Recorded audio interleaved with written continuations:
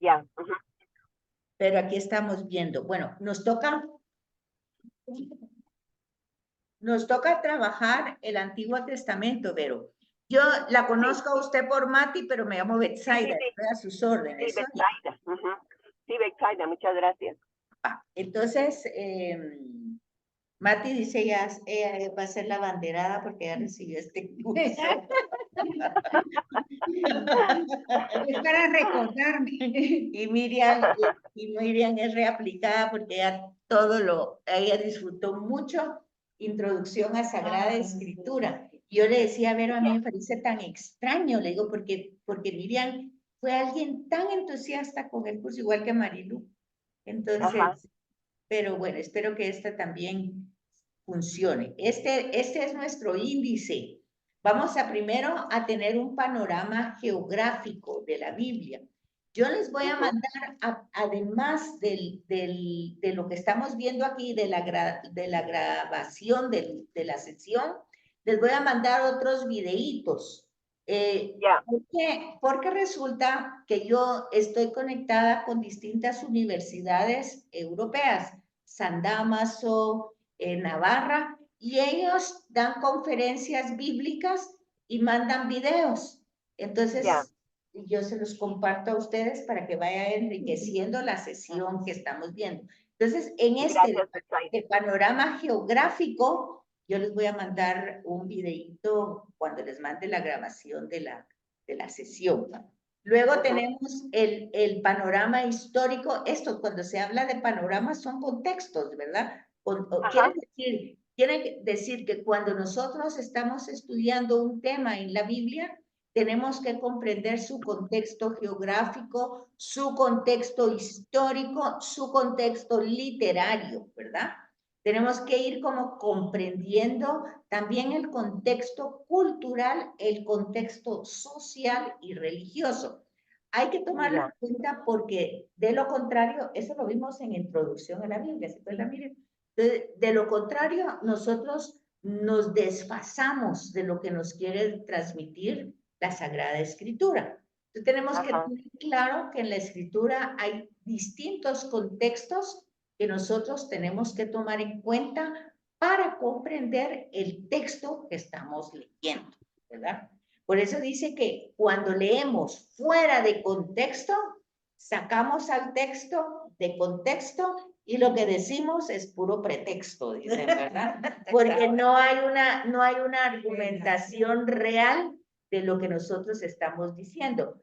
Por eso, mucha gente se escandaliza cuando lee literalmente el texto bíblico, porque hay relatos que a nuestra moral o a nuestra manera de ser no los captamos, ¿verdad? Porque no entendemos mucho el contexto histórico o cultural. Adelante, buenos días.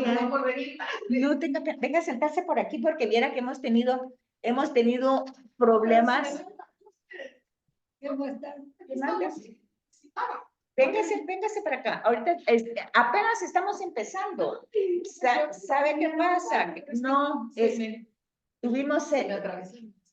tuvimos problemas con el Zoom y resulta que todavía lo tenemos, pero alguien nos lo permitió poniéndome de anfitriona. Estamos viendo apenas el índice de lo que vamos a estudiar hoy y Vero, ¿usted ya tiene el folleto? No.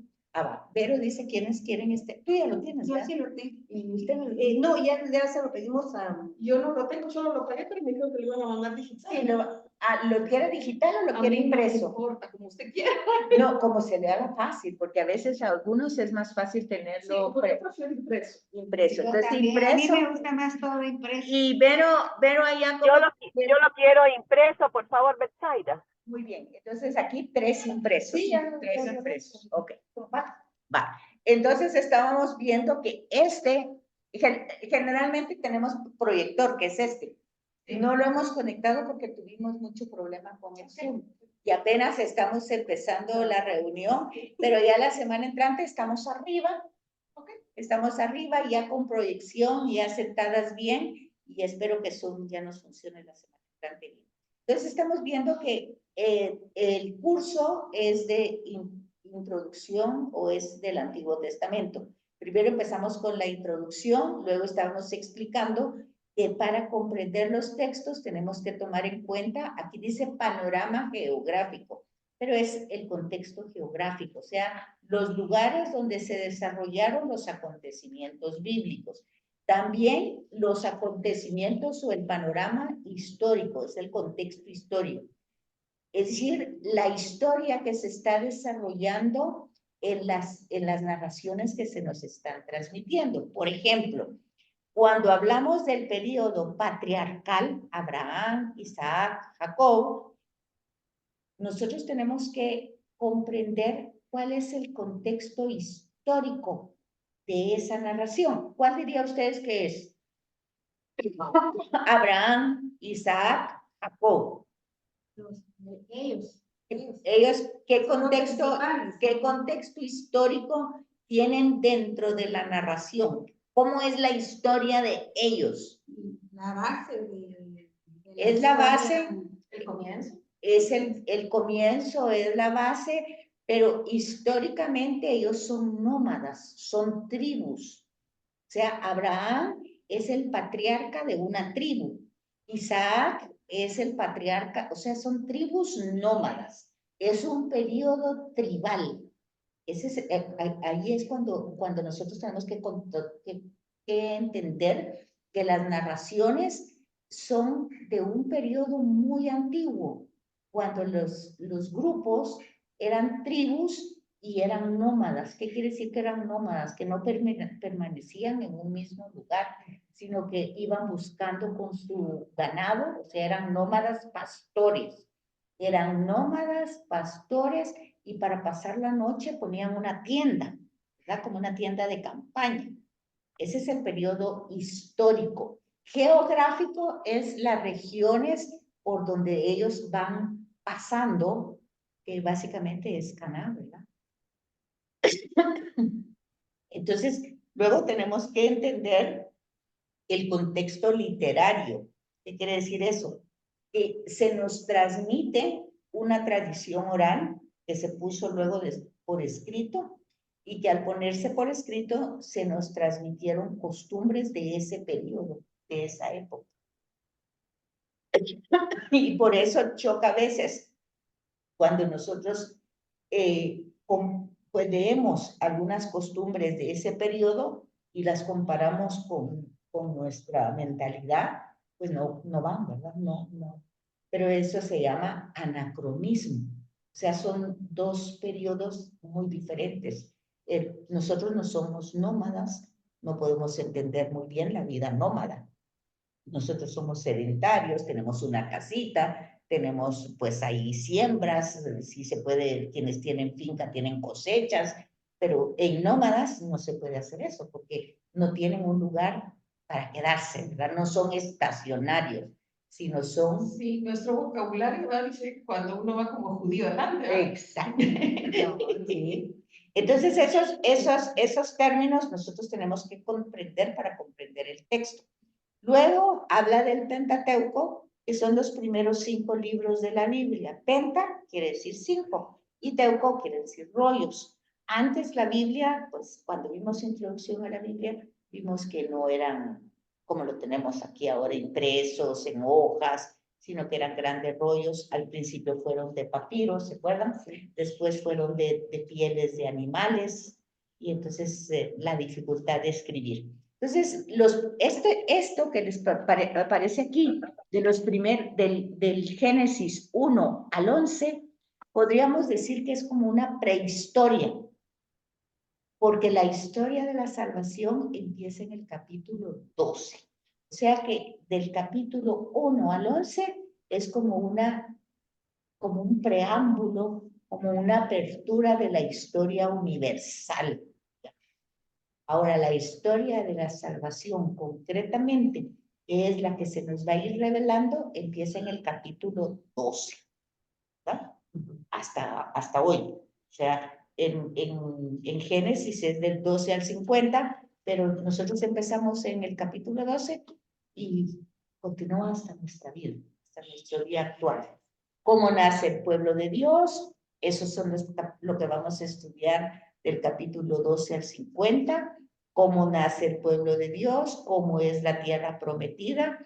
Aquí nos vamos a dar cuenta en todos estos temas que el protagonista es Dios. Si hay un pueblo es porque Dios lo creó. Si hay una tierra que van ellos buscando es porque Dios se la prometió. Si hay una monarquía es porque Dios suscita al rey. Si hay un profetismo o profetas es porque Dios les llama para anunciar y denunciar. Y las épocas en que pertenecen cada uno de estos personajes tienen que ver con la historia que está viviendo el pueblo. O sea que el tema de profetas no se nace profeta y se muere profeta, sino es una vocación para una misión. O sea, se le llama al personaje para que denuncie o anuncie una situación que se está viviendo y pasada esa realidad se termina el profeta. No es como el sacerdote que nace de la tribu de Leví y que son sacerdotes y mueren sacerdotes, ¿verdad? En cambio, el profetismo pues empieza con las personas y luego se vuelve una institución. Por eso hay profetas anteriores, profetas menores, profetas mayores, profetas del exilio. Existe todo un tema del profetismo. Y hay dos momentos sumamente importantes en este periodo, que es cuando se hace la alianza en el Sinaí y cuando se van al exilio a Babilonia. Este exilio de Babilonia es exactamente igual que cuando ellos van ¿se acuerdan que aquí en Génesis, en este último capítulo, ustedes se dan cuenta que Jacob pues no tiene alimento, no hay comida porque hay no ha habido lluvia y sequía, y entonces van a Egipto a buscar alimento y se quedan ahí por 400 años. Entonces, el nacimiento del pueblo es en el Sinaí. Dios los libera, los saca de Egipto, los lleva al Sinaí. Ahí Dios los hace pueblo con la alianza, con los 10 mandamientos, y viven toda esta parte hasta que Babilonia los invade, se los lleva al exilio. Después viene la restauración, el periodo helenístico que es el de los macabeos, ¿verdad? De Grecia. Luego la dominación romana, que es el tiempo de Jesús, cuando ya llega el Mesías, que es Jesús de Nazaret. Ese es más o menos así, a grandes rasgos, nuestro folleto, que es este. Ahora, O sea que tiempos de paz, raramente. En O Israel. estaban en guerra, o eran esclavos, o andaban buscando comida. No está en paz. Pues sí, no, Pero no sé.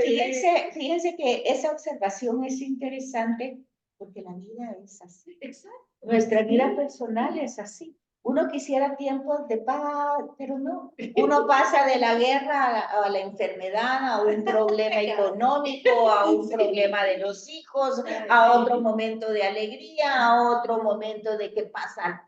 O sea, la vida es eso. La vida es así, son como decía mi amigo cuando miraba los libros, decía, ay, yo no voy a leer cuando sea grande. O como me dijo Susi, me da tanta risa que me dice Susi, preguntándole así por su esposo y por su nieto, ¿no? Yo quiero tener una abuelita como tú, me dice. Y así que sea de cariñosa y que me esté preguntando siempre cómo estoy, dice. Entonces, fíjense que les quería decir que, por ejemplo, no tengo, solo voy a ver esto, es aquí. Hay dos manuales. Yo tengo uno que es el que llevo, obviamente, ¿verdad? Y luego está este que es el de ustedes, el manual.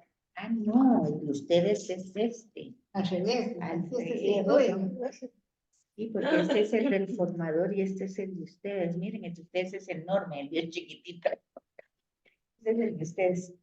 Bueno, entonces aquí. Creo que me lo pusieron mal, me lo confundieron. Yo digo que este es el mío. No lo sé. Vamos a ver. ¿Y qué se estudian los dos? ¿Sí es cierto? No, es que el manual del alumno empieza con preguntas interesantes. Por ejemplo, ¿qué piensan ustedes que cuando se habla de Antiguo Testamento y de Nuevo Testamento, qué importancia creen que ustedes que tiene? No tiene nada. Este es el que yo llevé ¿Cómo es el tuyo? Quiero ver. a la nena cuando empecé. Sí, el catecismo, sí, pues, el segundo.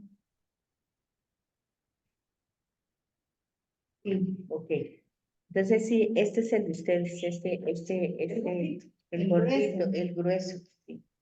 Y entonces, más o menos, les está dando esta introducción, que es el Antiguo Testamento, sí, que es el Antiguo Testamento para ustedes, que eso es para profundizar. ¿Qué piensan ustedes que es el Antiguo Testamento? ¿Qué piensan ustedes que van a aprender aquí? ¿Y cómo está formado ese Antiguo Testamento?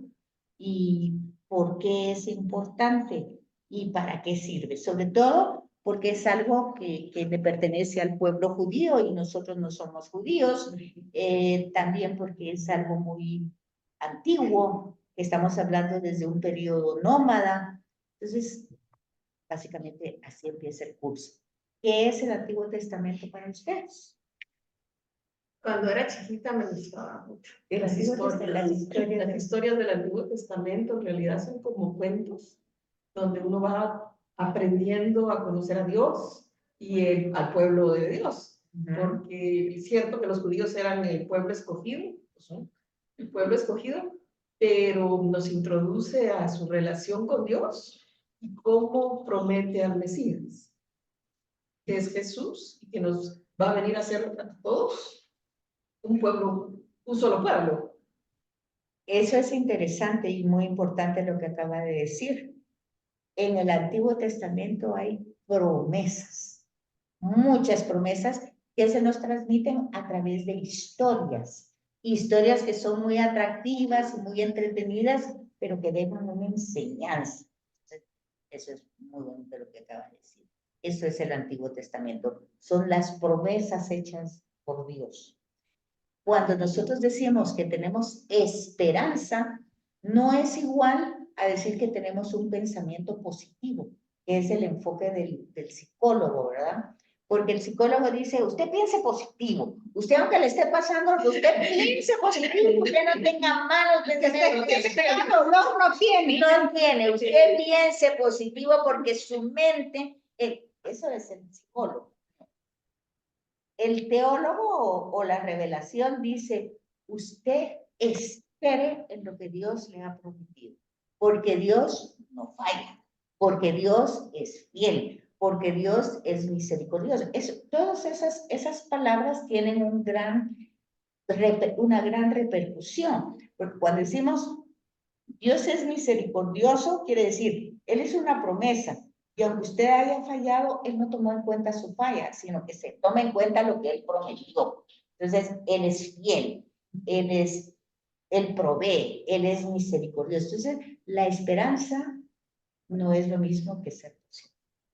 La esperanza está fundamentada en una promesa. Y por eso estudiamos nosotros el Antiguo Testamento, porque ahí están todas las promesas hechas por Dios. ¿A quiénes? Pues esas promesas se van repitiendo. Se le da a Abraham, luego se le da a Isaac, luego se le da a Jacob. Es la misma promesa que se va desarrollando y se va reafirmando en cada generación. Y obviamente que con Jesús nosotros tenemos la promesa completa, realizada, ya asumida por Él, y entonces ya ahí está nuestra verdadera confianza. Entonces, por eso estudiamos el Antiguo Testamento, para conocer las promesas de Dios. ¿Y cómo está formado el Antiguo Testamento? ¿Cómo piensan ustedes que se formó todo esto que vamos a estudiar? ¿Cómo se recuerdan ustedes en introducción a la Biblia? ¿Cómo se recuerdan ustedes que pasó eso? Supuestamente Moisés es el que recopiló y de alguna manera no es, o escribió él, o lo dictó, o algo, los primeros 5 libros, ¿verdad? Y después, pues, fueron agregándole como el Salterio y todos los demás libros. ¿Qué dice, Miriam? ¿Se acuerda algo? Que yo me acuerdo que era como que las oraciones se fueron dando y ellos fueron escribiendo después, ¿verdad? Esa traducción oral, ¿verdad? Entonces ellos ya fueron escribiendo conforme la gente iba hablando de todos los acontecimientos para que no se perdiera, ¿verdad? Entonces la gente entonces empezó a escribir, ¿verdad? De lo que se recordaba, de los sucesos que habían pasado. De lo que se transmitía, ¿verdad? O Sí. sea, la tradición oral. Y como de Rosa María, Rosario. Entonces, Siempre me cambian, no se preocupen. Rosario decía pues que se recopiló, decía ella, ¿verdad? Se recopiló y decía tradiciones orales que se recopilaron, se pusieron por escrito, no se sabe exactamente quién, ¿verdad? Pero fueron escribiéndolas y fueron añadiendo ya en el periodo de la escritura, porque claramente en el periodo nómada no había escritura. Abraham, Isaac no escribieron nada. Entonces lo que hay de ellos era porque lo transmitían oralmente. Y luego pasaron los siglos y acuérdense que la escritura es tardía, aparece en los pueblos de forma tardía y aparece como jeroglíficos, acuérdense, ¿verdad? En Egipto. Entonces ya Israel cuando llega a su escritura es en un periodo, generalmente cuando estos se desarrollan son en periodos de paz y que el pueblo está pues desarrollándose económicamente, está en un periodo de armonía y de riqueza, que se llaman periodos de oro casi en todas las naciones, ¿verdad? Entonces Israel tiene ese periodo con David. Los reyes. Sí, con David tiene el periodo de oro porque él establece la paz y le da el territorio a cada tribu, ¿verdad? Entonces él consolida el reino y entonces ahí se empiezan a recopilar las tradiciones orales y se van poniendo por escrito. Se mezclan. A veces por eso encontramos repeticiones en una narración. Se va repitiendo lo mismo, y pareciera a veces que una cosa contradice a lo que estaba dicho anteriormente, o pareciera a veces como que se corta porque dice, y Dios dijo, y en el otro versículo ya no dijo nada, y entró otra narración. Eso es porque se recopilaron, y cuando se recopilaron, se mezclaron. ¿Y por qué pasó eso? Pasó porque eran tradiciones importantes, que aunque no se dijera de la misma manera, no se utilizara el mismo lenguaje para decir las cosas, sí decía lo mismo. O sea, estaba hablando de Dios, del protagonismo de Dios. Bueno, entonces, ¿cómo está formado? Pues está formado recopilando todas las tradiciones orales, poniéndolo luego por escrito, y eso se llevó muchos años, ¿verdad? O sí. Luego dice, ¿por qué es importante? Es la base de nuestra fe. Es la base, porque ahí está el conocimiento original, sí, el conocimiento original de Dios, de cómo actúa Dios. Vamos viendo ciertas claves para ir entendiendo la actuación de Dios, que no se queda en teoría, sino que lo tenemos que ver en nuestra propia vida. Si es cierto que Dios actúa así. Fíjense que aquí en Génesis 12, por ejemplo, tenemos una clave para interpretar toda la Sagrada Escritura hasta nosotros. Y la clave está en el capítulo 12, versículo del 1 al 3. En esos 3 versículos está la clave de interpretación de toda la Escritura. A ver si ustedes captan cuáles esos 3 versículos. Trajeron su Biblia, ¿sí? Sí. A ver, vean ahí si logran ver en esos 3 versículos. Esta es tu Biblia, ¿verdad? No, perdón. Génesis 12.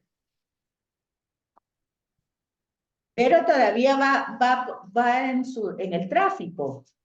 Sí, voy en el tráfico, Betsaida. Va. Están aquí ahorita buscando el capítulo 12 del Génesis, del versículo del 1 al 3, para cuando usted llegue a su casita que lo busque. Ok. Vaya, Betsaida. Y de todas maneras esto queda grabado, ¿verdad? Esa clase queda grabada, Sí. se las paso Sí, gracias, Betsaida. Pero para que usted más o menos vaya viendo. Para que vean esos tres capítulos. ¿De cuál a cuál dijiste? Capítulo 12 del 1 al 3. Padre Abraham. Sí, pero lean esos tres. Es cuando Dios llama a uno. Esa es la primera. Les digo que es clave de interpretación. Lean los 3 versículos y me dicen por qué. ¿Por qué creen ustedes que es clave de interpretación de toda la escritura? Porque habla de la creación, de lo que va a ser el mundo, ¿no? Génesis 12, del 1 al 3. Sí. Porque Que promete se va a dar Abraham. toda la promesa. Es una promesa, Abraham, de cómo van a ser todos los creyentes. Léanlo bien y me cuentan. Porque en Abraham es quien va a dar a hacer la gran nación, que bendecirá para todos los demás. Sí, Más o es menos. eso, sí, es eso, pero es más. Porque fíjense que les estoy diciendo que es clave de lectura para toda la escritura, incluso para nosotros mismos. Sí. O sea, todos los que crean en Dios van a ser benditos y ese va a ser el pueblo de Dios. Según lo que le dice y le promete a Abraham, que hará una gran nación, bendeciré y engrandeceré tu nombre. Sí, bendeciré a quienes te bendigan, pero- maldeciré a quienes te maldigan. Y por ti se bendecirá todos los linajes de la tierra. O sea, que todo, wow. Pero empieza, pero ¿qué dice en el primer versículo? Que dice antes de todo eso. Vete de tu tierra. Ah. Y la casa nos manda a sacar de donde está. Entonces, Que fíjense abandone que todo. hay un principio fundamental para que todas las promesas de Dios se cumplan. ¿Cuál es ese principio? Según Dejar- ese versículo. Dejar todo. Desarraigarse, no estar aferrado a nada. Si yo estoy aferrado a personas, a cosas, a imagen, a lo que sea, ya no puedo, ya no sucede. Fíjense que por eso María contesta, he aquí la esclava del Señor.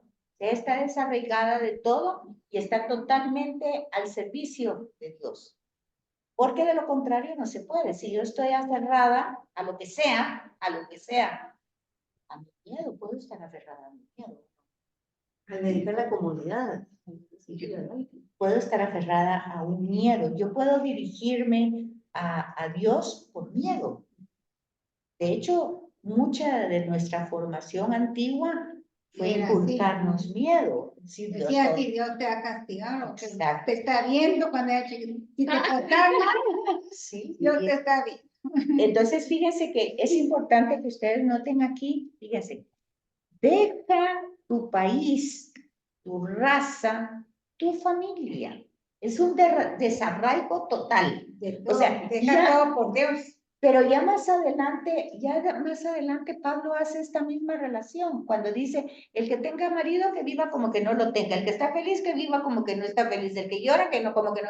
Es decir, lo que está diciendo es que no se arraigue ni a su alegría, ni a su tristeza, ni a su enfermedad, ni a su salud, porque lo que dijimos hace un rato es cierto. Hoy tenemos salud, mañana no lo tenemos. Hoy estamos contentos, mañana no lo tenemos. Pero todo pasa. Todo pasa, ni siquiera la enfermedad, ni el dolor, ni el sufrimiento es para siempre. Había un dicho que decía, no hay enfermedad que dure 100 años, ni enfermo que lo aguante. Eso significa que nada es para siempre. Entonces, si nada es para siempre, no nos tenemos que aferrar a nada. Por eso, esto es clave de lectura, desarraigo. Todo lo tenemos y todo Dios nos lo da para que lo disfrutemos, pero nada debemos aferrarnos. Eso es muy difícil hoy en nuestra cultura porque hoy nosotros utilizamos mucho mío, mi casa, mi carro, todo es mío, ¿verdad? De mi propiedad, por la propiedad privada, todo eso. Entonces el tema del desarraigo es sumamente fundamental como clave de interpretación en toda la escritura. Y porque Jesús lo va a decir de otra manera, no se puede servir a dos amos, no se puede. O estoy aferrado cuidando mis propiedades y lo que es mío, o estoy fuera viendo por lo demás. No se pueden las dos cosas. Y luego, entonces, cuando dice eso, después dice, y anda a la tierra que yo te mostraré. ¿Qué significa eso? Obediencia.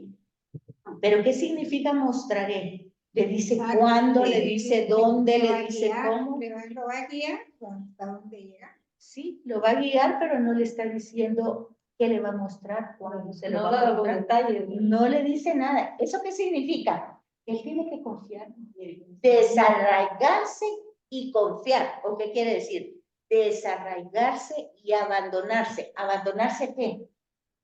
A la promesa de Dios. Pero esa promesa no tiene tiempo, no tiene lugar, no tiene fecha.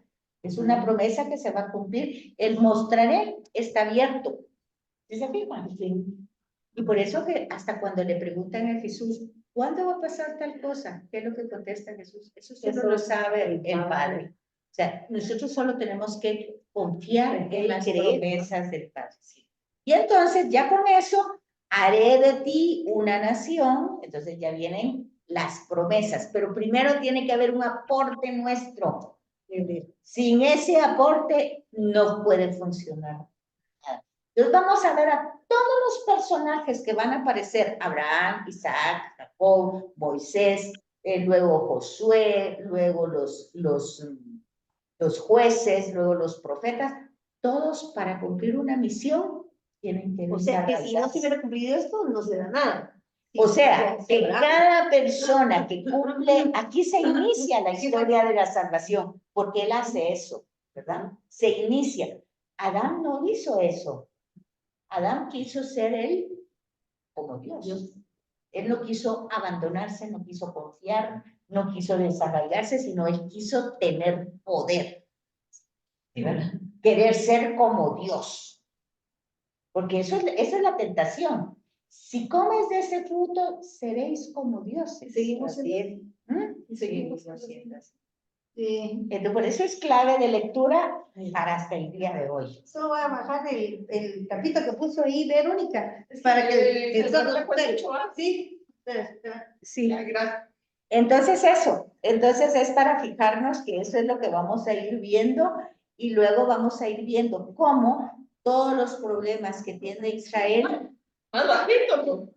De todas maneras ya se terminó nuestra clase. Ah, vaya, sí, porque es que estamos. Pero aquí cuando quieran cierran esa puerta. Es que lo que pasa es que no, como el sol estaba arriba, ahorita ya bajó, pero cuando quieran cierran bueno, vamos a estar arriba después. Conejito Luciano.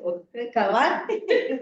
Entonces vamos a ver está. que todos los problemas que va a tener el pueblo de Israel hasta hacer eso, la falta de la fe y querer confiar en sus propias habilidades y sus propias capacidades.